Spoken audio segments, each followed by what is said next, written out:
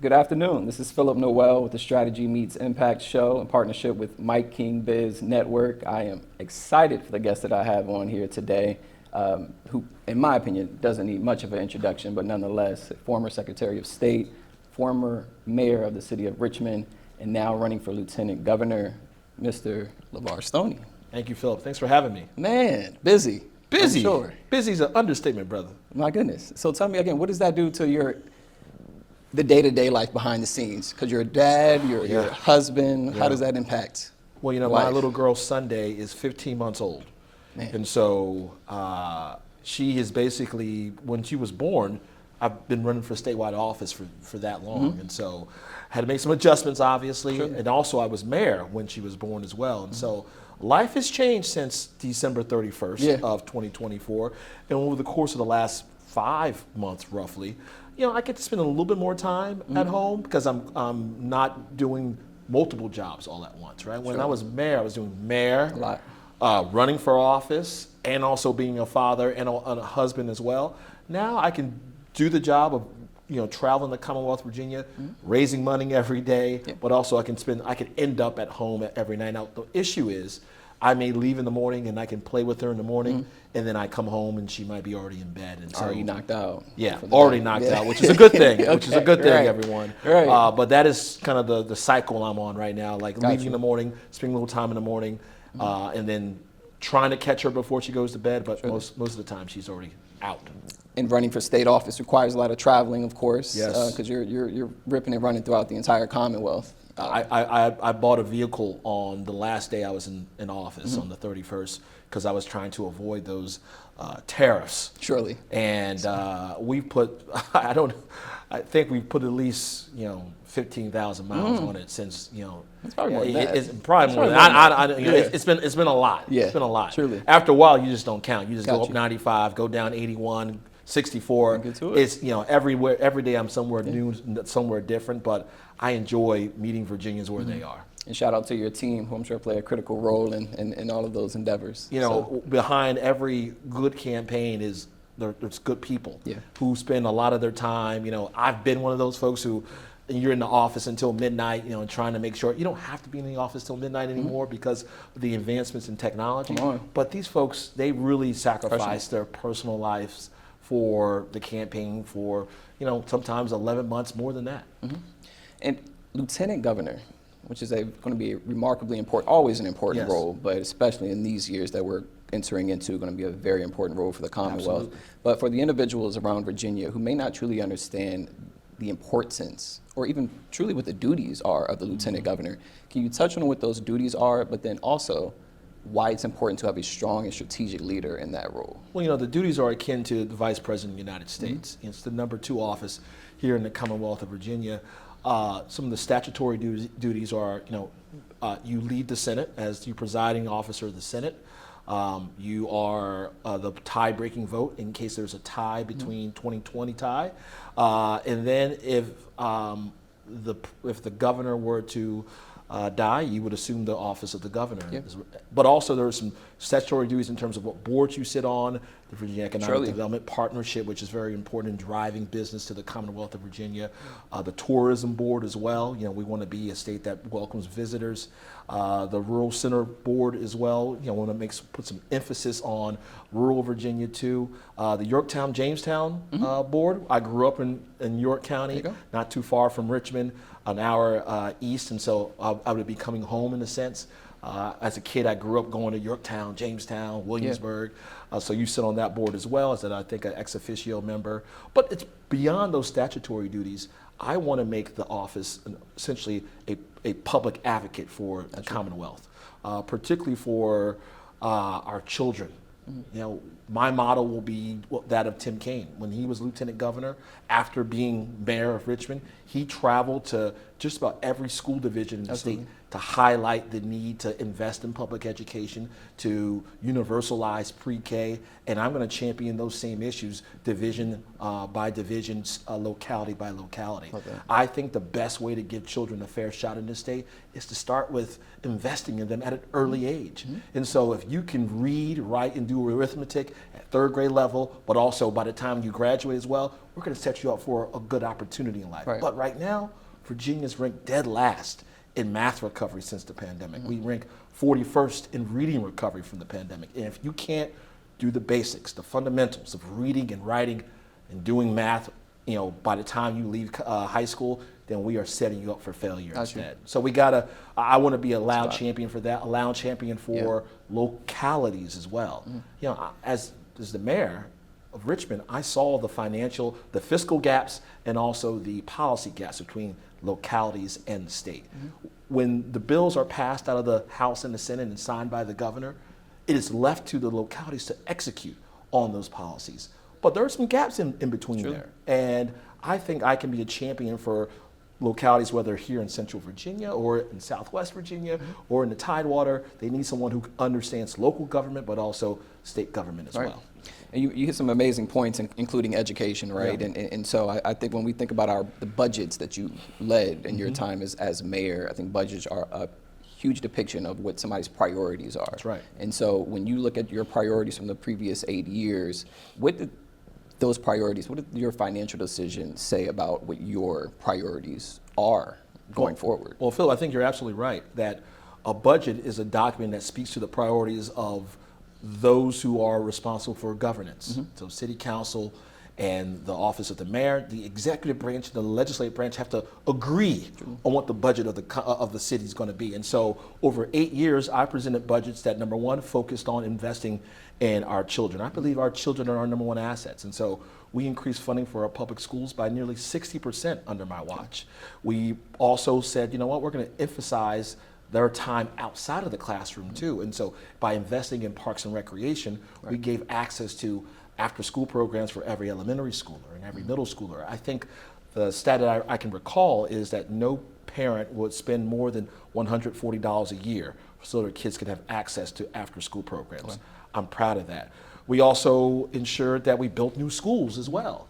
I think about critical infrastructure that's sometimes forgotten about, but it's a shared challenge not only in urban areas of the state, but also in the rural areas of the state, is that we have infrastructure, school buildings that are functionally obsolete. They're old, and it's hard for a child to learn in a classroom when you have, ceiling tiles falling down, or mold, or pest, or whatnot. We built 3 new schools under my watch, and there are 2 schools that will open in a matter of months. Right here in Richmond. When you got the old George Wythe High School, Richmond High School for the Arts, and Fox Elementary School, with our $15 million contribution, they will also be able to open their doors this fall. And so public education is a priority of mine. That's a priority that you saw in the budget. Housing was also a priority of mine as well. We put over $70 million into affordable housing investments, trying to create more abundant housing. We preserved some of those spaces, but also built some new spaces as well. A great example of that is the contribution that we made to the new housing that's occurring right now off of 9 Mile Road, where the old Creighton Court is, right? A whole new community. It's amazing. It's amazing. I love riding by it when I get off the highway, because that's going to be a mixed income community. Those who were living in the old Creighton, but also those folks who may be police officers or nurses or teachers can live there as well. And it's had some minority workforce capabilities there too. There having you people go. working on those projects, which is important even for the workforce space. But you are absolutely right. The document of the budget is your priorities. And here's the thing: we try to do the most for the most within that budget, and you saw a number of investments in infrastructure as well. Look at the roads in Richmond today. When I first arrived in office, I think 35% of the roads were considered, 30% of the roads were considered in good condition. Now, by the time I left office, I think 75% of the roads are considered in good condition. We chipped away at it, But after a while, we were able to expand the funding for that, increase the funding for that, and we have better roads now than we've ever had before. And so you're right. I could sit here all day and tell you about all the great investments we made and also the result of those investments as well. One thing I got to highlight is the investments we made in parks and recreation. Yeah. 16th in the country 16th now. in the country. Which is I incredible. think when I started out, we were ranked, the Trust for Public Land had us ranked either in 58 or something like that by the time I started. When I ended, and what was just came out, that we ranked 16th in the country. Yeah. That means Richmond. we do well in Richmond. Yeah. We're not talking about Arlington, which is still in the top 5, I believe, but we're talking about the city of Richmond has the 16th best park system in all the country. Truly. That means we do well on infrastructure itself. We do well on equity, on access to the parks, right? Most of our parks are within a 10-minute walk. There you go. That was a top priority of mine when I first was the mayor. I think it's 80% now, I think, live within that. Yeah. Well, when I think about it, the investments like in parks and in schools and in roads and things of that nature, that is the impact that the office of the mayor can have in one's daily life. And these are consequential decisions. And as a candidate for lieutenant governor, I'm the only person running that has had to make these consequential, and I will say bold decisions in the daily lives of Virginians. And it's one thing to say, I'm going to put my name on a bill. I'm going to sponsor a bill. But it's another thing to say, I see the problems. I'm going to identify that problem. I'm going to provide the solution, and then I'm going to implement it and champion it as well. Yeah. And I think when you are the mayor, you have to say what you mean, and then you have to mean what you say. And speaking to that, which is an amazing segue, a few years ago you had a quote, and you said, "This was a city with a lot of problems that needed to be fixed. Finances were a mess, schools were neglected, basic services weren't working. To a lot of people, Richmond had been written off." And so my question to you off of that is, what was it like to walk into that kind of situation, and how did you begin rebuilding trust in that space? That's a great question, Philip, because I think sometimes, remember, I got elected in 2016, and 2016 may seem like a long time ago, but as a person who dealt with, who actually was here for the duration of 8 years, it's really not that long ago, right? And when I arrived on day one, we could not submit the comprehensive audit and financial reports on time, right? This is a report that you're supposed to produce to show where you're spending the money, where are the taxpayers' money's going. And for years, we could not submit that report. And we were being dinged by Wall Street on our finances, right? We had money, but we could not present the receipts. And so I was like a mad dog. I was all over that, making sure we submit those things, because that's going to help us do a better job with our credit rating. And so we got that fixed, turned those reports in on time. And by the time I left office, we had a AAA credit rating with Fitch Ratings. Gotcha. In an urban locality. Now, when you hear about Fairfax or Henrico or Loudoun County, you hear about fiscal stewardship, and they get AAA credit ratings. Richmond has a AAA credit rating. Richmond has a better credit rating after our tenure in office than the United States of America. That says a lot. Because there was a time when that was not the case. Today, it is the case. People were marching down to City Hall and begging the City Council and the Office of the Mayor for more funding. There was never a need to beg for more funding because I made it a priority of mine. And during my watch, we saw teacher salaries increase from, I think, $50,000 a year to roughly $71,000 a year. That shows that we put a priority on public education, on our kids, but also on the educators as well. When I said at that time that Richmond was being written off, there was a lot of people who always spoke about Richmond's potential. Surely. And they said that we were squandering that potential. I'd like to think that now that we've embraced who we are, we've moved some of the obstacles out of the way. Let's call it what it is. I've always believed that those Confederate monuments were an obstacle for us on reaching our potential. And now, without those shadows, that overshadowing the work of Richmond, we are able to, I think, go even higher under the Avula administration and beyond. And so I'm proud to have done my part. It was not easy. Did we have setbacks? Yeah, we had setbacks. But as Tim Kaine said to me some years ago, being mayor is about having more wins than losses. And I can guarantee you this, we had more wins than losses. And I think there's a lot of people who are keeping count in that way, right? So, which is good. I love that people are involved regardless of what their opinion may be about a situation, that it's important that people are engaged and involved and know what's going on. What I love about the environment here in Richmond is that,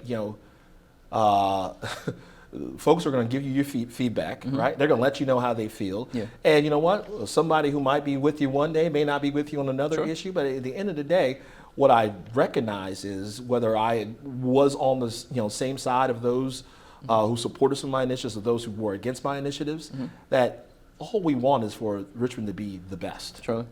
And I've taken in that feedback. I've had the debates. Yeah. I've been on the opposite side.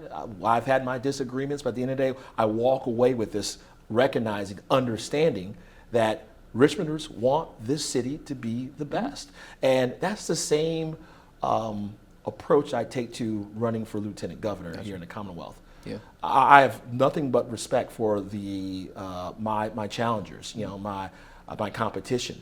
But because we all want Virginia to be the best. I just like to think that right now more than ever, people need those who are in office who have been proven fighters, right, who can deliver results. Yeah. And my record from the time looking back at Secretary of the Commonwealth, back in 2014 when I was just a 32-year-old, I have a record of producing those results. Amen. Well, as a 32-year-old, you had a much busier time than I did at that age, I would say. Or you could say no life. I mean, oh, well, there you go. There you go. And again, I think it is important to speak, as we have been already in this interview, about your time as mayor. Yep. But now as we are getting into what you are aiming for now, again, is to have that lieutenant governor position. The Virginia Democratic Party, right? When we're looking at that, I think a lot of people have different opinions about how it should be positioning itself. But could you just take a moment and tell us, like, how would you describe the state of the Virginia Democratic Party? Well, at one time, I ran the Democratic Party here in the Commonwealth.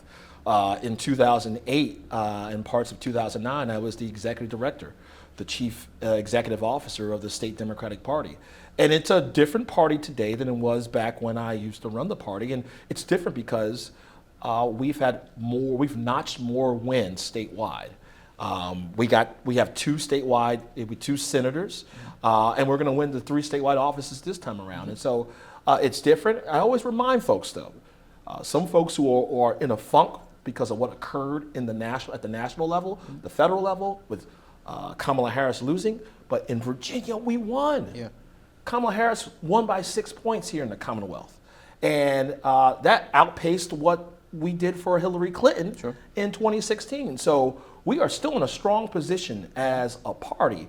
However, we don't have the 3 statewide offices, and the party will be obviously judged on whether or not you win the governorship, right? Whether you're a Republican or Democrat, the strength of your party is judged and assessed on whether or not you can win the chief executive role here. I'm telling you all today, we're going to win the governorship. We're going to win the lieutenant governor's role, and we're going to win the AG, the attorney general as well.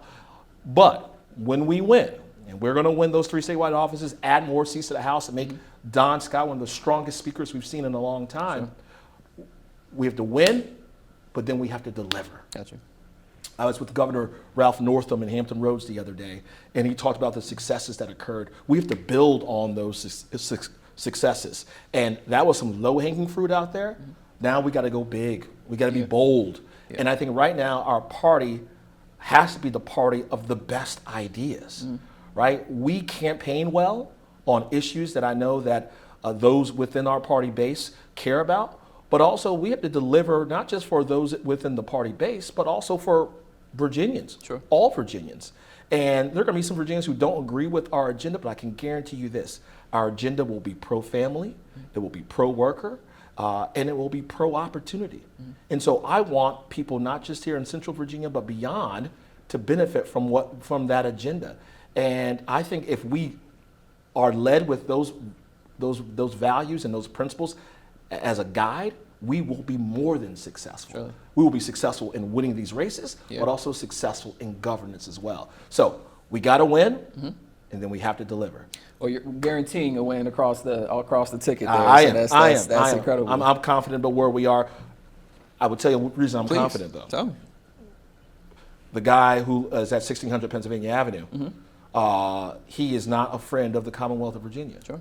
And he has a target on Virginia's back.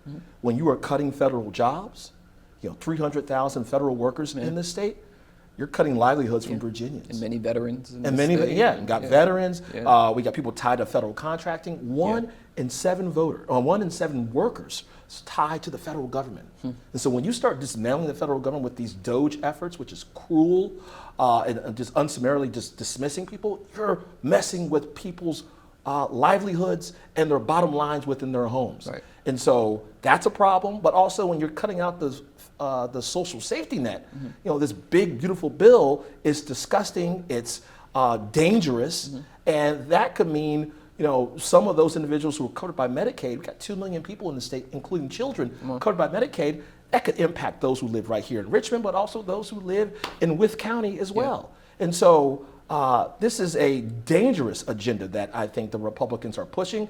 And right now, what you hear from the three who are in charge of this state, Jason Miyares and Winsome Sears and Glenn Youngkin, is nothing. Straight silence. And here's the thing, I don't care which party's in the White House, but when you're coming after Virginia jobs, when you're coming after the social safety net that protects the most vulnerable in the state, you are going to hear from me. And that's the type of lieutenant governor I plan to be. Like I said, I see the role as being one of being a public advocate.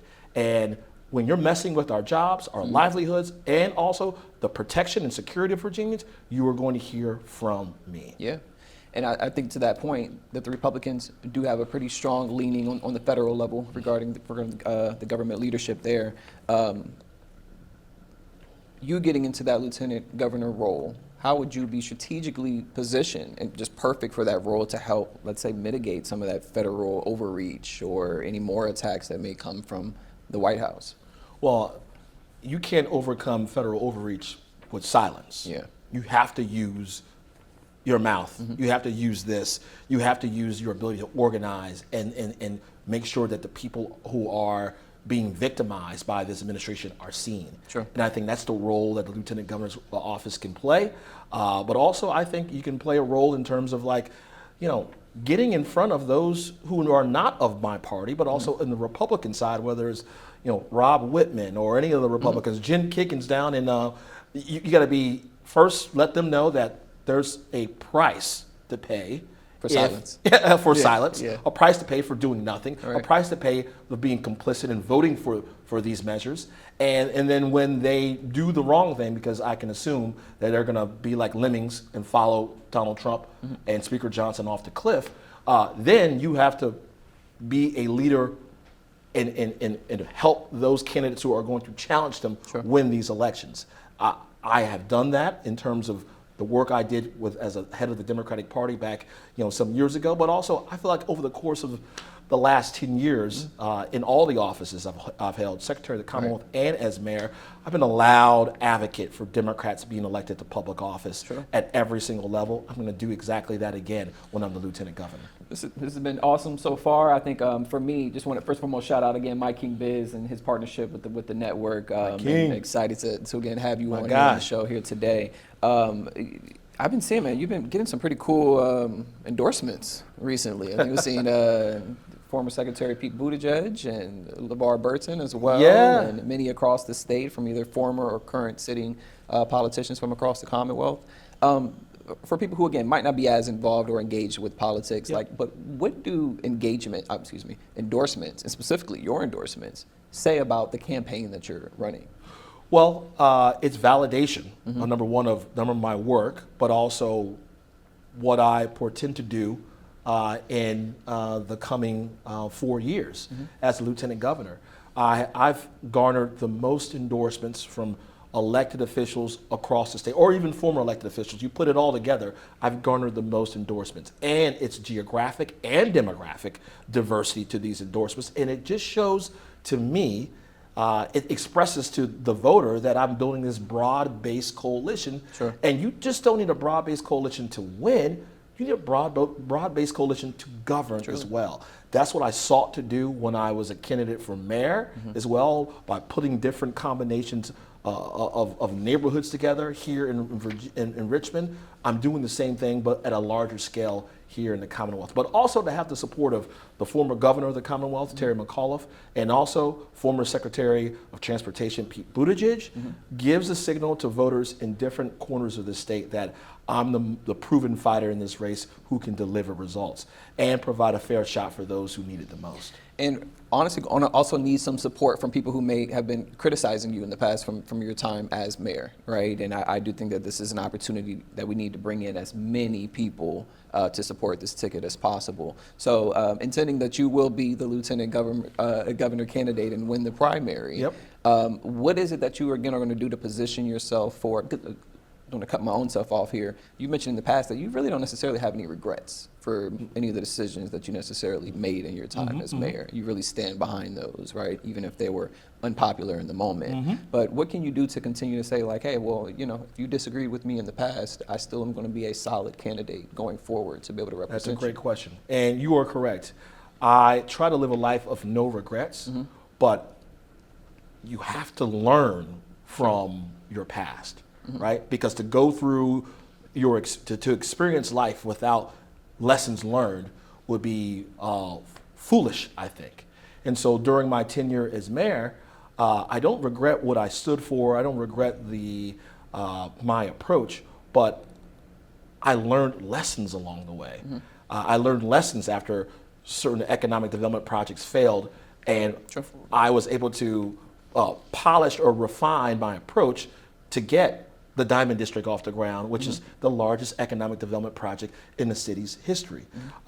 Moving forward, I think it's important that we continue to build that broad-based coalition and build the tent as wide as possible. Yes, there are people who I may have disagreed with you in the past, but what people know that, you know, I'm always going to be a champion for working class folks, but also for the values of the Democratic Party. And I've never shied away from that. I'm a big believer that you get elected to a 4-year term, you fight like hell during those 4 years. Sure, every day. I'm sure. Yeah, right? Right. To deliver on your campaign promises. And then once that 4-year period is over and you're in the election season, you stand up for what you did. Right. And I think you saw that in my approach when I ran for re-election, is that I told you what I did in 4 years. Much of it was good, but some of it you may have disagreed with, and I'm going to stand on that. Right. And I think what the party has had an issue with in the past is we tried to over-calculate how to win the election before delivering the results. Surely. Right? And I think you have to fight like hell during those 4 years and then say, you know what? I stand on what I was pushing. I stand on the agenda. I stand on, you know, these policies. And instead, I think we are way too cautious sometimes as a party, right? And I think that is the reason why a lot of young people have been saying, you know what? I can't tell the difference between this Republican and this Democrat, right? Because they're like, you guys get elected and then you kind of shy away from what you were campaigning on. Sure. I tried my best as the mayor to accomplish what I set out to do during the campaign. Say what you mean and mean what you say. There you go. And as a mayor, you have to live by that, or you're not going to be successful. But speaking about your time as a mayor in a city like Richmond, you know, and so you also have suburban places within the Commonwealth. You have rural places in the Commonwealth, right? And so for individuals who may not know that you did actually represent the Commonwealth and have a lot of experience in doing that, for people who may be in like Abingdon or Orange County, how do they know that they, like, hey, somebody with city momentum or city accomplishments can actually, you know, impact us here in the rural spaces? Great question, because when I now show up in Orange, or when I show up in Abingdon, or when I show up in Heathville, people remember me from my time as secretary. And I was a little bit younger, had less gray hair, right? But they remember me because I showed up. And I think a part of the job in leadership, in public service, is showing up. There was a time when, whether in my role as head of the state party or in my role as secretary of the Commonwealth, the people had said to me, Nobody from Richmond ever shows up here. Yeah. And it was my job to not just wave the flag on behalf of the party, on behalf of the governor, but also to show people that they matter as well. I did that time and time again when I was leading the party and also Secretary of the Commonwealth. And as the next Lieutenant Governor, I'm going to do the same thing. I'm going to use that same approach. My wife might get a little upset with me. Sunday will be upset with me, but I'm going to balance that though by showing up and saying, you know what, I'm going to listen, and then I'm going to take that back and be a part of the team of all 3 statewide offices that will be action-oriented in delivering those results that these folks across the Commonwealth are in need. And here's the thing, people always ask, like, so how are you going to talk to folks who live in Radford or live in Scott County or in Lee County? How are you going to speak to these folks? And I was like, I'm going to speak to them like I spoke to folks who were here in Richmond. And that is, we're going to begin with shared values, but also shared challenges as well. Sure. And what I know from my time here in Richmond and my time as Secretary of the Commonwealth is that folks want their kids to be successful. I want my daughter to be successful. Yeah. You want your child to be successful. Let's start there. Also, I know that if life is too expensive, you don't have enough money to provide for the necessities in life, right? I gotta be able to pay my bills. I gotta keep a roof over my head. You wanna be able to save a little money in your pocketbook or in your wallet as well. We're gonna talk about that. Surely. Start with shared challenges and shared values, and then we can leave all the other mess alone. And you have to also understand that when we look at the Commonwealth, which again, very diverse in many different ways, right? And this may come from your personal background. Like, where do you get just the confidence just to walk into any room, any city, any town, and still be who you are and be effective? You know, it does come from my background because, you know, my father, even though that my father didn't graduate from high school, and I had a grandmother who didn't graduate from high school. I think she had no more than a 6th grade education, really. What my dad did teach me, though, was to walk into these rooms with your head held high. There's nothing for me to be ashamed of. And also, don't go in there with a chip on your shoulder as well. Sure. Right? Go in there ready to compete. And so I walk into every room, no matter those who are in the room, whether how much money the folks in the room have or the color of their skin, I walk in those rooms confident that I can compete.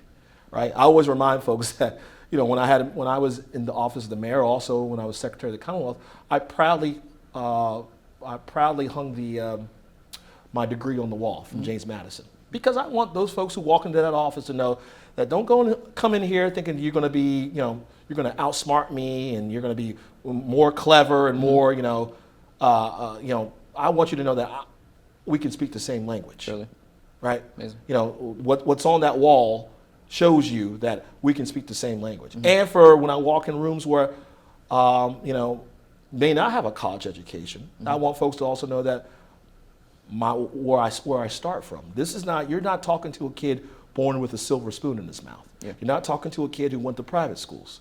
You're talking to a kid who, you know, we scrape by month by month.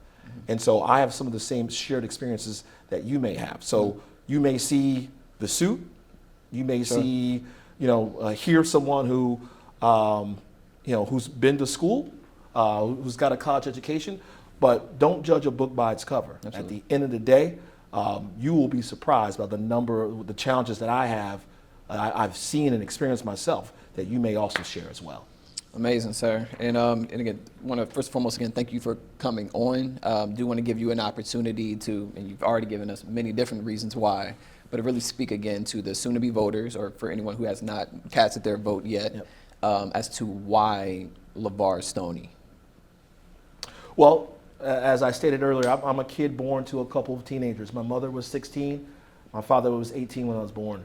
I was blessed enough to have my grandmother intervene in my life and raise me and become the first in my family to graduate from high school, to go to college and graduate from college. And for the last, over the last decade, I've had an opportunity to serve my community, but also serve my Commonwealth as well. Secretary of the Commonwealth at 32 years old, became the mayor of Richmond at 35 years old. And from those points, from that point on, from the last 20 years since I graduated from James Madison, I've been focused on giving folks a fair shot. I'm a proven fighter.